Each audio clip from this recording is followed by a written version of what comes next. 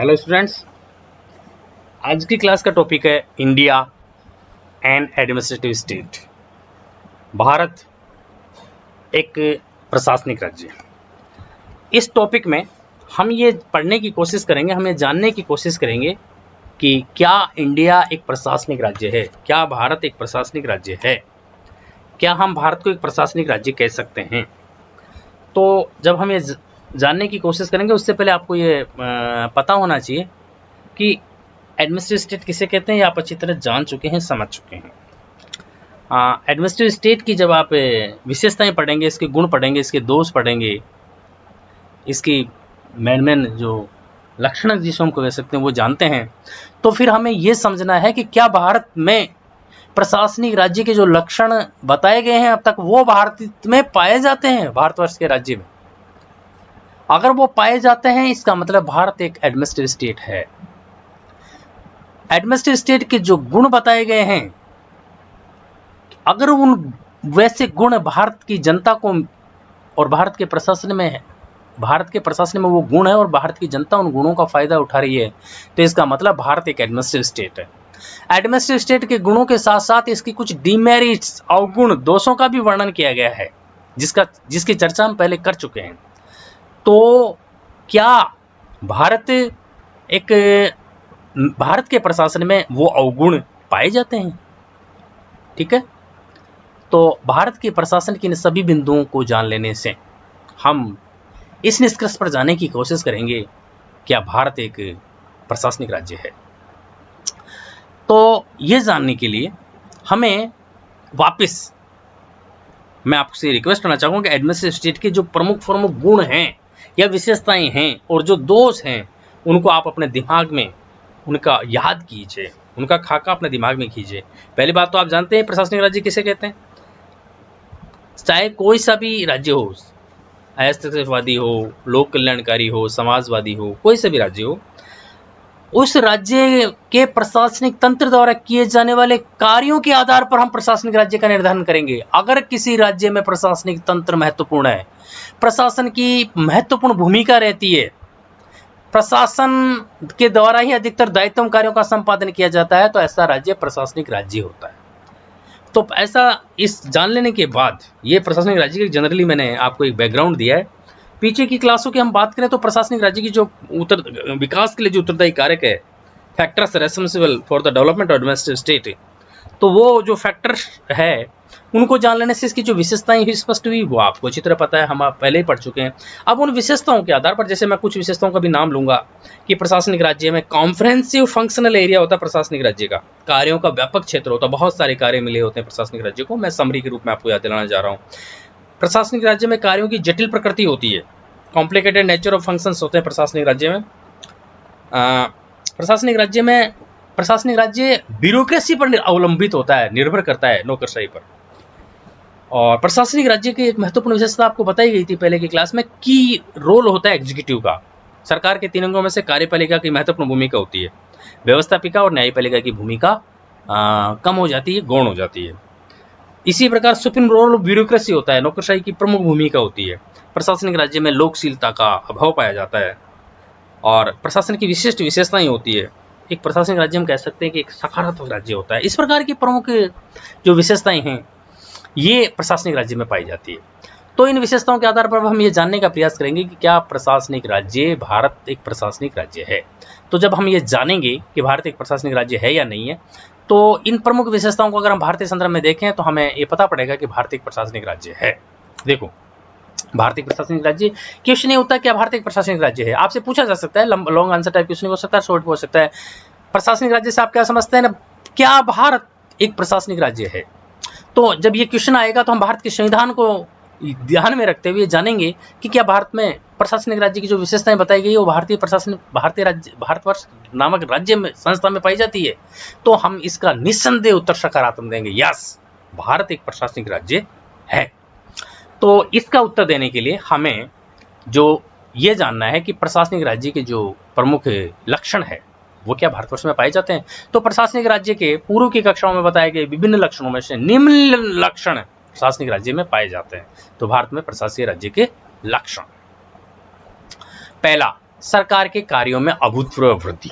हमने पढ़ा था कि प्रशासनिक राज्य नामक प्रशासनिक राज्य में सरकार के कार्यों में अभूतपूर्व वृद्धि हो जाती है। सरकार विभिन्न प्रकार के सामाजिक, आर्थिक, सांस्कृतिक, राजनीतिक क्षेत्रों के अलावा व्यक्ति की व्यक्तित्व के विकास, अधिकतम व्यक्तियों के अधिकतम कल्याण के कार्य करने के कारण सरकार के कार्यों में अभूतपूर्व वृद्धि हो जाती है और उन कार्यों का संपादन प्रशासन करता है। तो भारतवर्ष के संदर्भ में अगर हम इस बात को देखें तो यह सही है कि भारत में सरकार की स्वतंत्रता प्राप्ति के पश्चात, आफ्टर इंडिपेंडेंसी, भारत में प्रशासनिक राज्य जो है वो उस प्रशासनिक राज्य नामक जो हमारी एक देश है भारत, उसके भारतवर्ष के प्रशासनिक राज्य के में सरकार के कार्यों में स्वतंत्रता प्राप्ति के पश्चात अभूतपूर्व वृद्धि हो गई है और यह भारत में प्रशासनिक राज्य का एक सर्वोपरि लक्षण है। आज भारत में सरकार सभी प्रकार के कार्य कर रही है। दूसरी विशेषता में इसकी विशेष देखो, हमने ये भी पढ़ा था कि प्रशासनिक राज्य लोक कल्याणकारी राज्य से मिलता जुलता होता है, अर्थात लोक कल्याणकारी राज्य के जो दर्शन होता है वो प्रशासनिक राज्य का भी होता है। तो भारत में भी सरकार लोक कल्याणकारी दर्शन से प्रेरित है।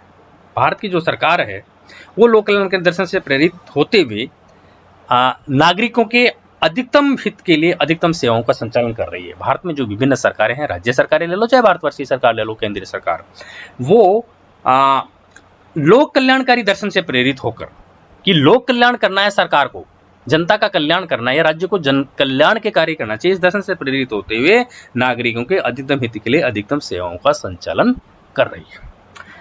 अगली विशेषता जो सर्वाधिक महत्वपूर्ण विशेषता है प्रशासनिक राज्य की, कार्यपालिका का महत्व, इंपॉर्टेंस ऑफ एग्जीक्यूटिव। हमने पढ़ा की रोल ऑफ एग्जीक्यूटिव या एम्पावर्ड एग्जीक्यूटिव, सशक्त कार्यपालिका प्रशासनिक राज्य का प्रमुख लक्षण होता है।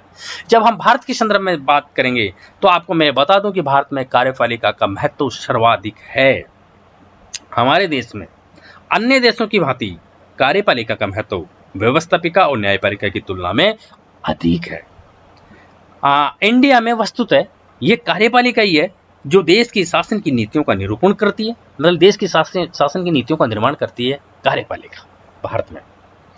तो देश की शासन की नीतियों का निर्माण कार्यपालिका करती है, उन्हें इम्प्लीमेंट भी करती है, अर्थात देश की शासन की नीतियों का निर्माण में करने के अलावा देश की नीतियों का निर्माण कार्यपालिका करेगी। उस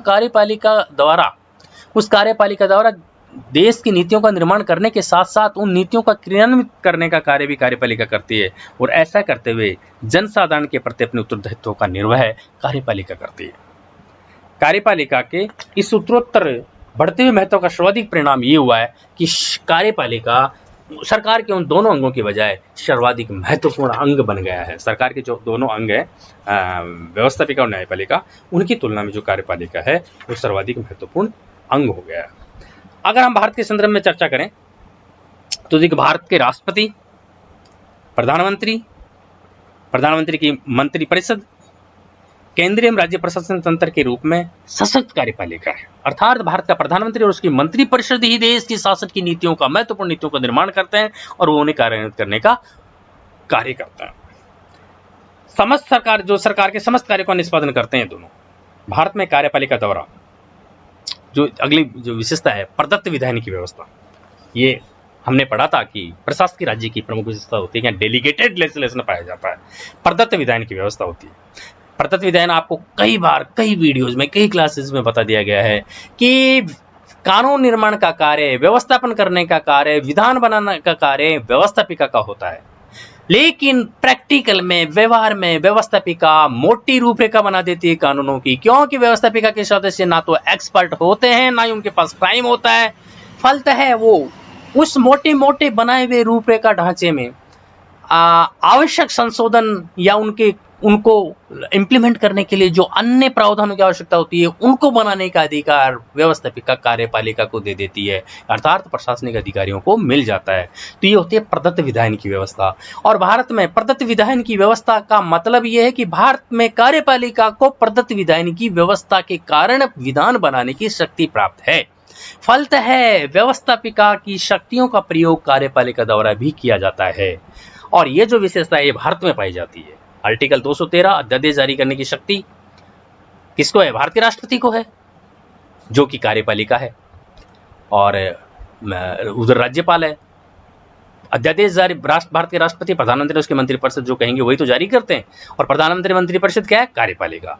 इस प्रकार प्रदत्त विधान की जो व्यवस्था है ये अपने आप में भारत ये साबित करते हैं कि भारत में प्रशासकीय राज्य है।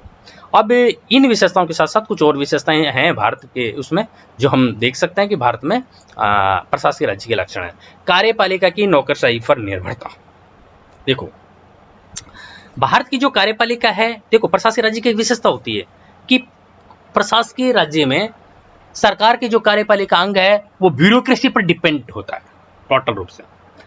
और भारत के संदर्भ में अगर हम बात करें तो बिल्कुल सही है कि कार्यपालिका के पास बहुत सारी शक्तियां आ गई है। राजनीतिक कार्यपालिका अस्थायी होती है, अर्थात वो निश्चित 5 साल के लिए आते हैं, दोबारा जरूरी नहीं है कि चुनाव में जीतकर वो लोग आए या उनकी सरकार आए या उनकी पार्टी की सरकार आए।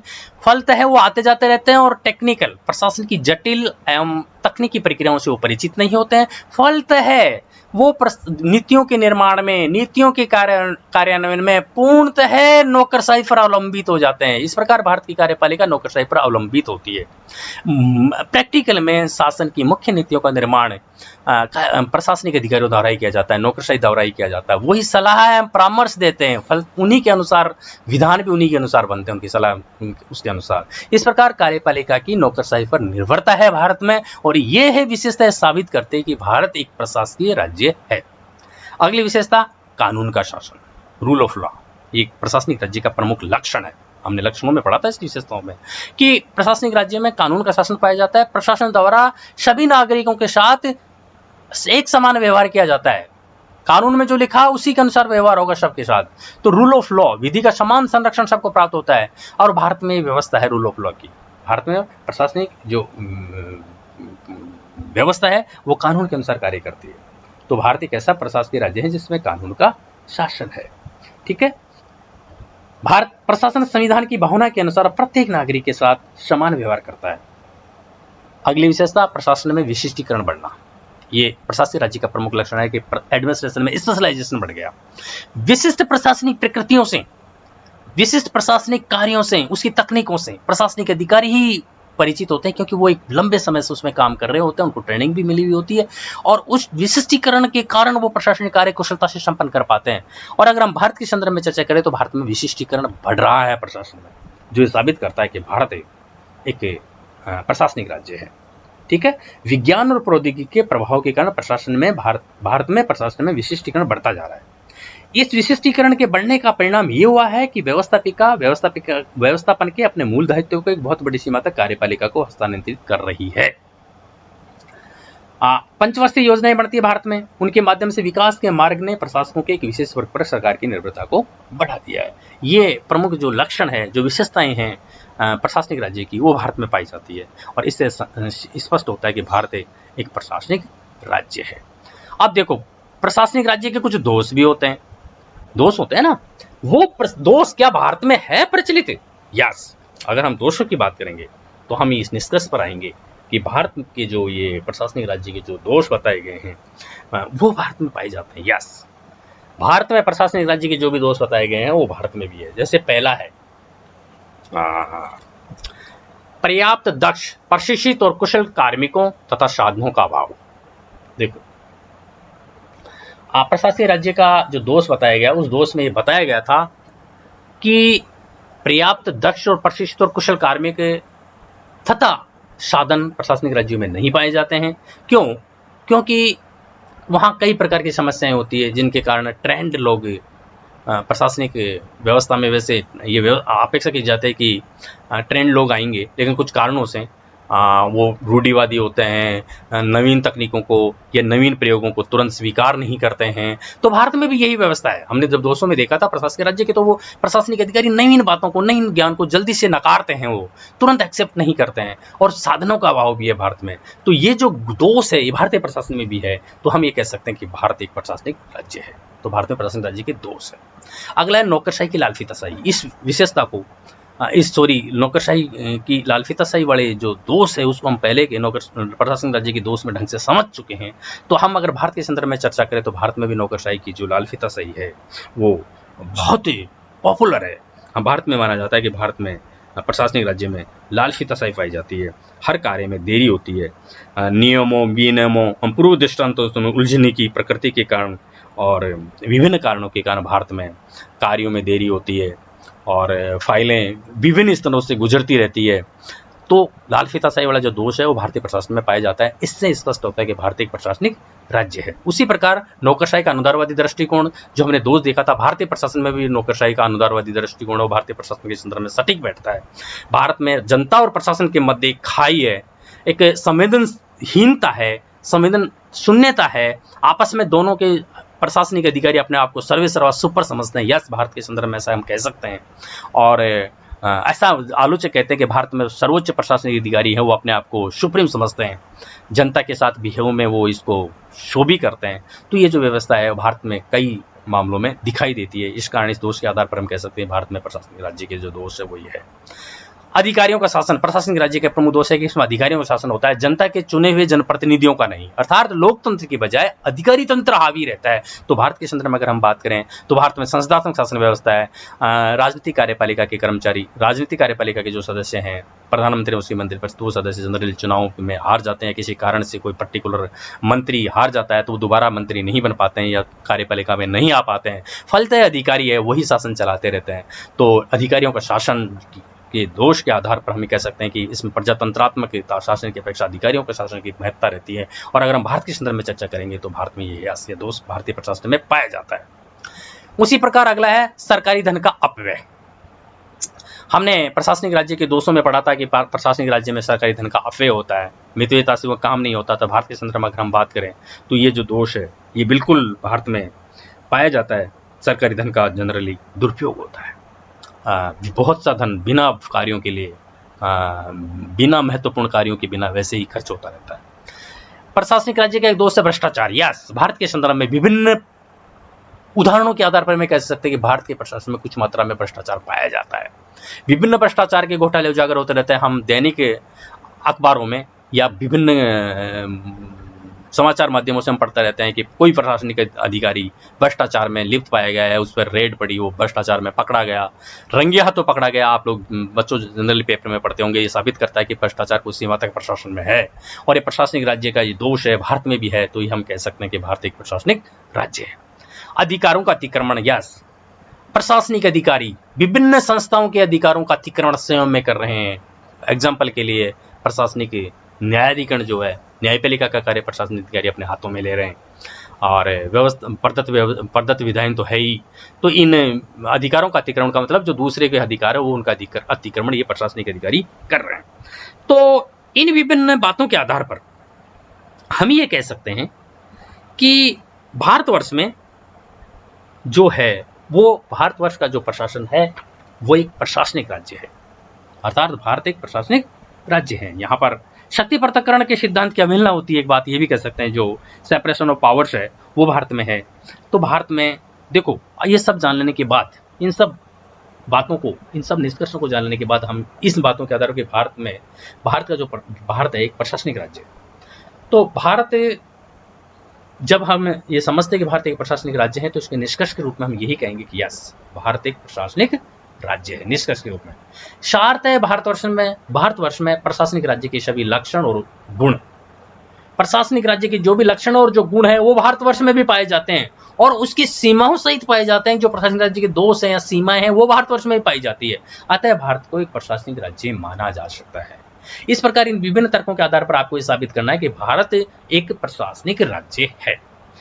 ये जान लेने के बाद अब हमारे दिमाग में ये क्वेश्चन उत्पन्न होता है कि क्या भारत प्रशासनिक राज्य है। आपसे पूछा जाए लॉन्ग आंसर टाइप क्वेश्चन हो तो आप इन विभिन्न पॉइंट्स के आधार पर, विभिन्न शीर्षकों के आधार पर आपको ये साबित करना है कि भारत एक प्रशासनिक राज्य है। अब तक के टॉपिक के आधार पर हम ये स्पष्ट कर चुके हैं कि प्रशासनिक राज्य होता क्या है, उसके लक्षण क्या है, उसके दोष क्या है। अब क्या भारतीय प्रशासनिक राज्य है? यस, इसका उत्तर भी हम दे चुके हैं। हम बहुत सारी क्लासेज में जान चुके हैं कि लोकतांत्रिक समाजवादी समाज क्या होता है। क्या भारत लोकतांत्रिक समाजवादी समाज है? यस, भारतीय लोकतांत्रिक समाजवादी समाज है। ये भी हम पढ़ चुके हैं क्योंकि लोकतांत्रिक समाजवाद की सारी विशेषताएं भारत में पाई जाती है। तो भारत को हम ये साबित कर चुके हैं कि लोकतांत्रिक समाजवादी समाज है। फिर हमने दूसरा एक कंसेप्ट पढ़ा अस्तक्षेपवादी राज्य, तो उसकी विशेषताएं, उसके दोष से जान लेने के बाद हम जब भारत के संदर्भ में देखते हैं तो ये मानते हैं कि भारत एक हस्तक्षेपवादी राज्य नहीं है, अर्थात भारत लेसेस फेयर स्टेट की श्रेणी में नहीं आता है। फिर हमारा अगला कंसेप्ट आया था लोक कल्याणकारी राज्य, तो लोक कल्याणकारी राज्य की विशेषताएं, उसके गुण जान लेने के बाद हम ये पढ़ चुके हैं कि जो लोक कल्याणकारी राज्य की विशेषताएं पाई जाती है वो भारतवर्ष में पाई जाती है, अर्थात भारत एक लोक कल्याणकारी राज्य भी है। भारत एक ये दोनों होने के साथ साथ जब हम अगले कंसेप्ट में आए प्रशासनिक राज्य में, तो उसमें भी हमें जान चुके हैं कि भारत प्रशासनिक राज्य की जो विशेषताएं हैं, जो गुण है, जो दोष है, वो भारतवर्ष में भी पाए जाते हैं, अर्थात भारत एक प्रशासनिक राज्य है। अतः निष्कर्ष के रूप में मैं आपको यही कहना चाहूंगा कि भारत में लोक कल्याणकारी राज्य है, लोकतांत्रिक समाजवादी राज्य के साथ साथ एक प्रशासनिक राज्य के भी गुण पाए जाते हैं, अर्थात भारत में ये सब कुछ है।